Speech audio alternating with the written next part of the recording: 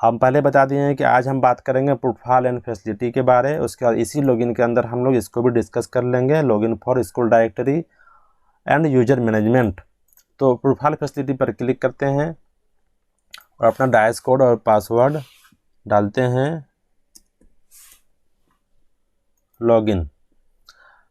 इसके बाद अभी कुछ दिनों से ये जो UDAS प्लस का प्रोफाइल फैसिलिटी का मॉड्यूल है, ये नए थीम पर ट्रांसफ़र हो रहा है। तो लॉगिन करने के बाद जैसे ही हम इस पर क्लिक करेंगे, हमें फिर से एक बार और लॉगिन करना पड़ेगा, ये कुछ दिनों के लिए। उसके बाद सीधे उसी थीम पर हमारा लॉगिन होगा। तो अभी के लिए हम फिर से इस पर क्लिक करते हैं और चलते हैं न्यू थीम पर। ये हमारा नया थीम है UDAS प्लस का। यहाँ पर हम फिर से पासवर्ड डालेंगे, ये लॉगिन। अब यहाँ पर ये मेरा नया थीम है, नया विंडो है जिस पर हमें अभी काम करना है। अब यहाँ पर देखेंगे कि प्री फिल्ड DCF है। अगर आप चाहते हैं कि आपके पास रियल टाइम या ऑनलाइन नेट नहीं है, भरने की सुविधा है, तो आप उसको प्री फिल्ड डाउनलोड कर सकते हैं और प्रिंट करने के बाद इसको हाथ से भर के वापस आकर इसको आप ऑनलाइन कर सकते हैं। लेकिन मेरा एडवाइस है कि आप इसको ऑनलाइन ही फिल कीजिए, ज़्यादा ईजी है और बेटर है। ठीक है। उसके बाद यहाँ पर यूजर मैनुअल है, डिस्ट्रिक्ट ब्लॉक MIS का मोबाइल नंबर है नीचे में। तो हम चलते हैं अपने मेन मॉड्यूल पर, प्रोफाइल एंड फैसिलिटी, इसको क्लिक करते हैं। उससे पहले आपको बता दें, अगर आपको ये तो इंग्लिश लैंग्वेज में आपको दिख रहा है जो स्क्रीन है, अगर चाहते हैं कि आप इसे हिंदी करना तो यहाँ पर हिंदी करने का भी ऑप्शन यहाँ पर है। लेकिन हिंदी से ज़्यादा अच्छा आपको इंग्लिश ही होगा, मेरा मानना है। उसके यहाँ पर देखेंगे एकेडमिक ईयर लिखा हुआ है 2025-26। उसके बाद ओवरऑल स्टेटस नीड अपडेशन, मतलब कि अभी तक आपने इसको अपडेट नहीं किया है। Certification status school not certified, data entry active, और लास्ट टाइम आपने इसमें कब अपडेट किया है उसका भी डेट यहाँ पर मेंशन है। तो ये चूँकि आपको पता है कि अब ये UDAS प्लस का डाटा रियल टाइम हो गया है, ऐसा नहीं है कि हमने इसे एक बार अपडेट कर दिया तो इसके बाद इसको हमें और नहीं देखना है, नहीं अपडेट करना है। आपको जब भी इसमें कुछ डाटा को चेंज करना हो, अभी से लेकर मार्च तक, आप यहाँ पे आइए और उसको चेंज करिए। यही इसको इस बार का कंसेप्ट है, रियल टाइम। ऐसा नहीं है बिल्डिंग बढ़ गया, शौचालय नया बन गया, कुछ डाटा और कुछ अपडेट हो गया तो आप यहाँ पर आके उसको अपडेट कर दीजिए। उस पर आगे अभी और बात करेंगे। तो यहाँ पर आपका सीरियल नंबर DCF का है, फॉर्म का नाम है, 2 कैटेगरी में बांटा हुआ है, स्कूल प्रोफाइल और फैसिलिटी। इसीलिए इसका नाम बोलते हैं इस मॉड्यूल को प्रोफाइल एंड फैसिलिटी। तो ये प्रोफाइल हो गया, ये फैसिलिटी हो गया, 2 मॉड्यूल इसके अंदर है। तो हम चलते हैं अब section 1A basic school profile पर, जहाँ पर हमारा बेसिक डाटा रहता है जो कि बहुत ही कम चेंज होता है। और ये पेज ऐसा नहीं है कि इस पर जो डाटा है ये बहुत कम चेंज होता है, मैक्सिमम इस पर वैसे डाटे हैं जैसे स्कूल का नाम है, कैटेगरी है, मैनेजमेंट है, इसको चेंज करने की जरूरत बहुत कम पड़ती है। फिर भी अगर चेंज करना हो तो इसका प्रोसीजर है। यहाँ पर आप देखेंगे कि दिया हुआ है $#@ जिस डाटा के आके $@ लगा हुआ है, मीन्स कि वो हम चेंज स्कूल लॉगिन चेंज नहीं कर सकता है उसको। और जिसमें $# लगा हुआ है उसका मतलब कि वो स्कूल लॉगिन से ही वो चेंज होगा। तो कैसे होगा उसके लिए अलग से यहाँ पर व्यवस्था किया गया है। यहाँ पर क्लिक हियर करेंगे तो दूसरे लॉगिन पर आपको एक ले जाएगा जिसको बोलते हैं school directory and user management module. ये भी एक अलग मॉड्यूल है जहाँ से हम कुछ आंकड़ों को अपडेट करते हैं। लॉगिन करेंगे, इसका मेन मॉड्यूल आपका कॉन्टैक्ट डिटेल है। इसमें आके आपको हमेशा इस कॉन्टैक्ट डिटेल को अपडेट रखना पड़ेगा। जब भी कोई HM आपका चेंज होता है, रेस्पोंडेंट चेंज होता है, ईमेल ID चेंज होता है, तो आप यहाँ पर ज़रूर आके अपडेट कर दें ताकि रियल टाइम HM का नाम हमारे पास रहे, विभाग के पास रहे। तो ऐसा नहीं है कि इसे एक बार कर दिए और छोड़ दिए, ये सालों भर कभी भी चाहे तो इस मॉड्यूल को आके आप ओपन करके यहाँ पर अपडेट कर सकते हैं, क्योंकि इससे बहुत सारे मॉड्यूल चलते हैं। जैसे PM श्री का मॉड्यूल हो गया, PM श्री का पोर्टल हो गया, या कल्याण का पोर्टल हो गया, बहुत सारा जो नेशनल वर्क आपका ये नेशनल का जो आपका होता है कल्याण का मामला सब, तो छात्रवृत्ति का जो नेशनल से मिलता है, सेंट्रल वाला मिलता है, उसको बहुत सारे मॉड्यूल यहाँ से चलते हैं। PM श्री का मॉड्यूल हो गया, तो वहाँ पर जो आपको लॉगिन करते हैं, जब करते हैं तो आपको जो मोबाइल नंबर मांगा जाता है कि आप वैलिडेट करिए, तो यहीं से जाता है। यहाँ पर अगर आपका अपडेट रहेगा तो आसानी से वहाँ पर आपका लॉगिन हो जाएगा। तो इसलिए इसको आपको अपडेट रखना बहुत ही ज़रूरी है। उसके बाद इसमें और भी बहुत सारे चीज़ें हैं, एडिशनल डिटेल, लैंग्वेज टाउट और लोकेशन। इसको भी चाहे तो आप अपडेट कर सकते हैं, लेकिन मेन आपका कॉन्टैक्ट डिटेल है, तो इसको आप करके यहाँ से आप लॉग आउट हो जाएंगे। उसके बाद आते हैं $@ पर। जिस आंकड़ा के आगे, जिस कॉलम के आगे $@ है, इसका मतलब उसको आप चेंज नहीं कर सकते हैं। तो उसको चेंज करने के लिए क्या व्यवस्था है, उसके लिए हमारे पास एक फॉर्म A01 होता है। आप देखे होंगे फॉर्म A01। फॉर्म A01 आपको हमारे वीडियो के लिंक डिस्क्रिप्शन में इसको डाल देंगे, वहाँ से आप डाउनलोड कर सकते हैं। इसको आपको भर के आपको अपने ब्लॉक MIS के पास जमा करना होगा। इससे हम क्या क्या चेंज कर सकते हैं, स्कूल का मैनेजमेंट, स्कूल का type, school category, pre primary जोड़ना हो तो आपको उसमें लेवल जोड़ना हो, क्लास बढ़ाना हो और स्ट्रीम जोड़ना हो। तो इस फॉर्मेट में आप देखेंगे बहुत सारी चीज़ें हैं जो यहाँ से कंट्रोल होते हैं। इस पेज को आपको और डॉक्यूमेंट इसके साथ लगा के, जो डॉक्यूमेंट चाहिए उसको आपको लगाकर आपको अपने ब्लॉक MIS, डिस्ट्रिक्ट MIS के पास जमा कर सकते हैं, जिससे आपका ये डाटा जो है वो चेंज हो जाएगा बेसिक वाला। तो इसके बाद इस पेज में और कुछ नए फील्ड जोड़े गए हैं, उसको भी आप देख लें। यहाँ पर एक जोड़ा गया है क्लासिफिकेशन ऑफ स्कूल। स्कूल आपका, ये आपका फॉर्मल स्कूल है, मतलब न सामान्य स्कूल है, कि आपका ये दिव्यांग बच्चों के लिए स्पेशल स्कूल है। तो ये भी आपका ये डिस्ट्रिक्ट लॉगिन से ही ये तय होगा। फिलहाल ये नया आंकड़ा है, इसका डाटा वहीं से सेट कर दिया जाएगा। डाटा को अपना आप चेक कर सकते हैं। स्कूल क्या PM सीरीज स्कूल है, ये भी वहीं से हो जाएगा। अब जैसे पता है कि इसमें जितने भी डाटे हैं मैक्सिमम आपका डिस्ट्रिक्ट लॉगिन से ही ये कंट्रोल होते हैं। फिर भी कुछ गलत लगता है आपको तो आप वहाँ पर इससे बात कर सकते हैं अपने डॉक्यूमेंट के साथ। उसके बाद यहाँ पर एक इस बार का नया कॉलम जोड़ा गया है कि आपका जो मान्यता है उसका क्या स्टेटस है। जो भी मान्यता वाले स्कूल हैं, जो गवर्नमेंट को छोड़कर जो प्राइवेट स्कूल होते हैं जिसको मान्यता लेना पड़ता है गवर्नमेंट से, CBSE स्कूल या SCSE स्कूल, तो अगर वो 1 to 12 के हैं तो उसको अलग अलग कैटेगरी का मान्यता है कि नहीं, ये जानने के लिए यहाँ पर दिया गया है। जैसे प्री प्राइमरी का मान्यता उसका है कि नहीं, प्राइमरी का है कि नहीं, अपर प्राइमरी का है कि नहीं, और अगर मिला है तो किस साल मिला है। ये इस बार नया फील्ड जोड़ा गया है। जानकारी जुटाई जा रही है इसके बारे में कि लोग इसके बारे में बताएं, स्कूल बताएं इसके बारे, ताकि इस पर आगे काम और किया जा सके। तो ये एक नया कॉलम है। उसके बाद यहाँ पर करिकुलम के बारे में भी पूछा गया है इस बार। करिकुलम फॉलोड प्राइमरी के लिए और अपर प्राइमरी के लिए किस प्रकार का करिकुलम फॉलो करते हैं, NCERT या स्टेट, आपका स्टेट वाला।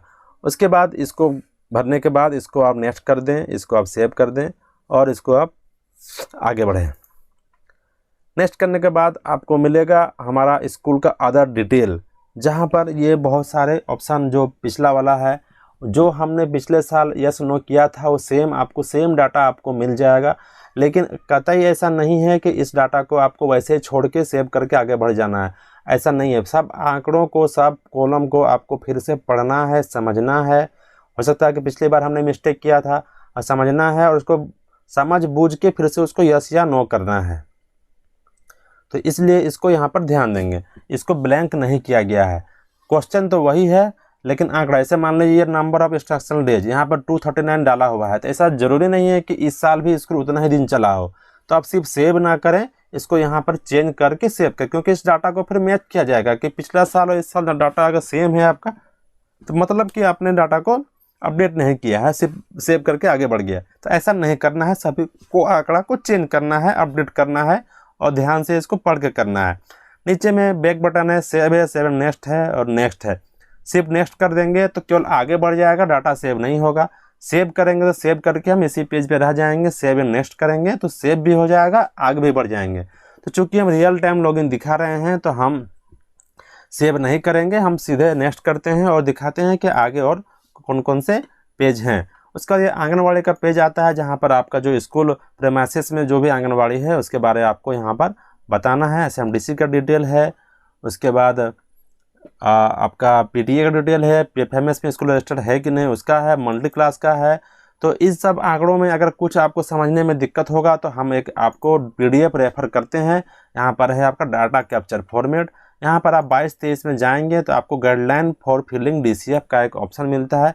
यहाँ से आप एक PDF डाउनलोड करके इन सब ऑप्शन के बारे आप जान सकते हैं कि उस ऑप्शन में हमें क्या भरना है, क्या मांगा जा रहा है, उसका डिटेल है। यहाँ पर किसी भी ऑप्शन का, किसी भी डाटा का बारे कि क्या पूछा जा रहा है उसका यहाँ पर विस्तृत जानकारी दिया गया है। यहाँ से आप जानकारी लेकर वापस आकर अपना फॉर्म को भरना कंटिन्यू कर सकते हैं। तो उस पेज को आप देख लें, बहुत ही इंपॉर्टेंट PDF है जहाँ से आपको अच्छी अच्छी जानकारी इसके बारे में मिल जाएगी, किसी को समझने में दिक्कत हो रहा है तो जैसे एकेडमिक इंस्पेक्शन, ये भी मान लें पिछले बार अगर 23 हुआ था, इस बार भी 23 होगा, कोई ज़रूरी नहीं है, चेंज भी हो सकता है, चेंज होना ही है, सेम टू सेम नहीं होगा। जैसे सारा आंकड़ा को आपको एक बार देख लेना है और उसको चेंज करके अपडेट करके ही आगे आपको बढ़ना है।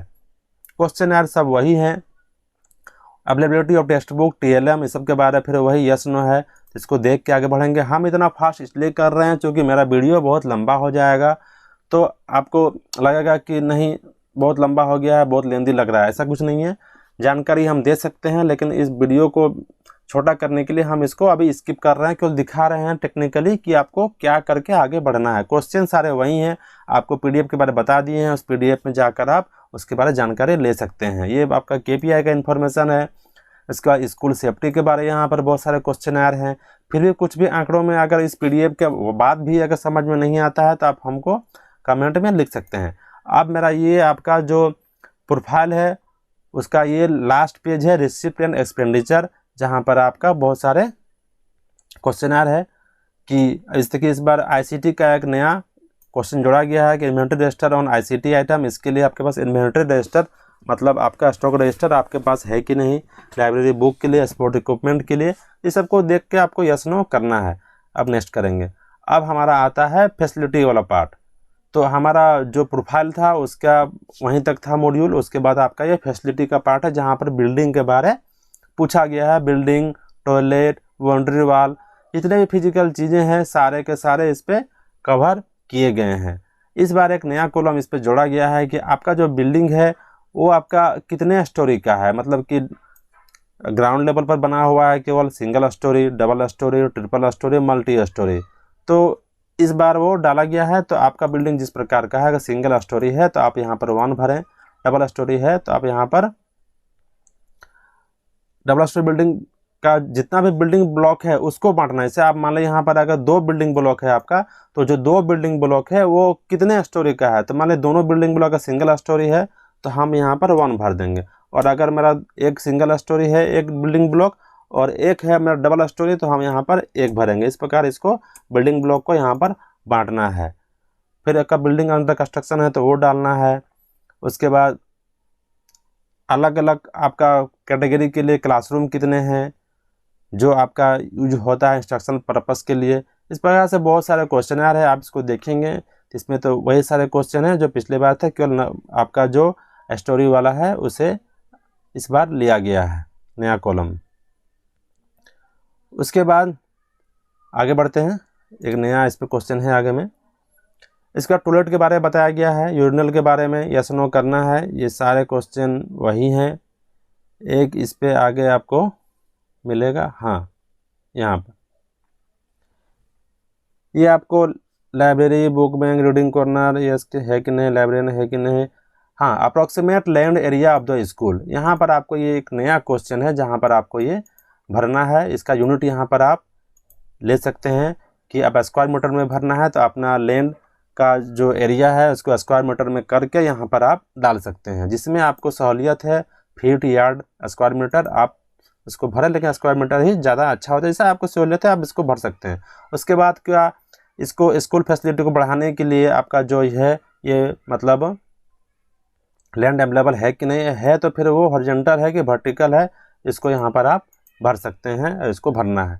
ये आपका इस बार नया दिया गया है। उसके बाद प्लेग्राउंड के बारे में क्वेश्चन आ रहे हैं, हेल्थ चेकअप, फिर उसके बाद बहुत सारे और फर्स्ट एड फैसिलिटी, रैम्प, आपका स्पेशल एजुकेशन के बारे में है, किचन गार्डन। उसके बाद बहुत सारे क्वेश्चन है, इसको आप देख लेंगे और आगे बढ़ेंगे। फिर आपका बेंच डेस्क के बारे नेक्स्ट करते हैं। उसके बाद फिजिकल फैसिलिटी इक्विपमेंट के बारे में आपका जो आपका प्राइमरी, अपर प्राइमरी में जो आपका अगर हॉस्टल है तो उसके बारे में, science kit, math kit, biometric device है कि नहीं है उसके बारे।